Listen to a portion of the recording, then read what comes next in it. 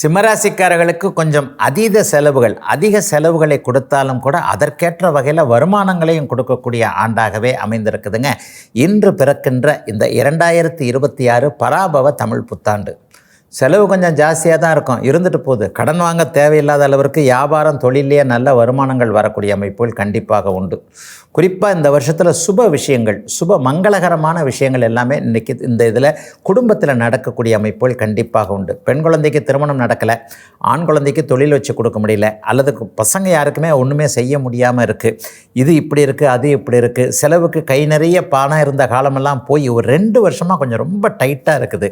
இந்த மாதிரியாக நினைப்புகளில் இருக்கக்கூடிய அத்தனை சிம்மராசிக்காரர்களுக்கும் நல்ல விதமாக பொருள் வரவு வரக்கூடிய அமைப்பு, வந்தவுடனே மங்கள விஷயத்திற்கு செலவு செய்யக்கூடிய அமைப்பு என ஒரு மாதிரி இரண்டும் கலந்த நிலைகள் இருக்கக்கூடிய அமைப்புகள் கண்டிப்பாக உண்டுங்க.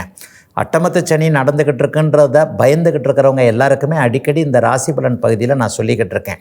சிம்மராசிக்காரர்களுக்கு இப்போது அட்டமத்து சனியினுடைய தாக்கங்கள் கண்டிப்பாக கிடையாது. காரணம், 7ஆம் இடத்தில் இருக்கக்கூடிய ராகு 8இல் இருக்கக்கூடிய கிரகங்களுக்கு வேதை என்கின்ற அமைப்பை அப்படியே கோச்சார நிலைமையில் செய்கிறதுனால நிச்சயமாக இப்போது டிசம்பர் மாதம் வரைக்குமே அட்டமத்து சனியை பற்றி நீங்கள் பயப்படவே வேண்டாம். சாதகமற்ற தன்மைகள் எதுவும் இருக்காது. வெற்றிகள் நிச்சயமாக கிடைக்கும். எடுக்கின்ற முயற்சிகள் பலன் தரக்கூடிய அமைப்புகள் கண்டிப்பாக உண்டு. ஒரு உயர் அந்தஸ்து கிடைக்கக்கூடிய அமைப்புகள் வயதிற்கேற்றார் போல சிம்மராசிக்காரர்கள் எல்லோருக்குமே இருக்கின்றன. ஏற்கனவே இருக்கின்ற அமைப்புகளை தக்க வைத்து கொள்ளக்கூடிய சில நிலைகளோ சிம்மராசிக்காரர்களுக்கு இப்போது உண்டு.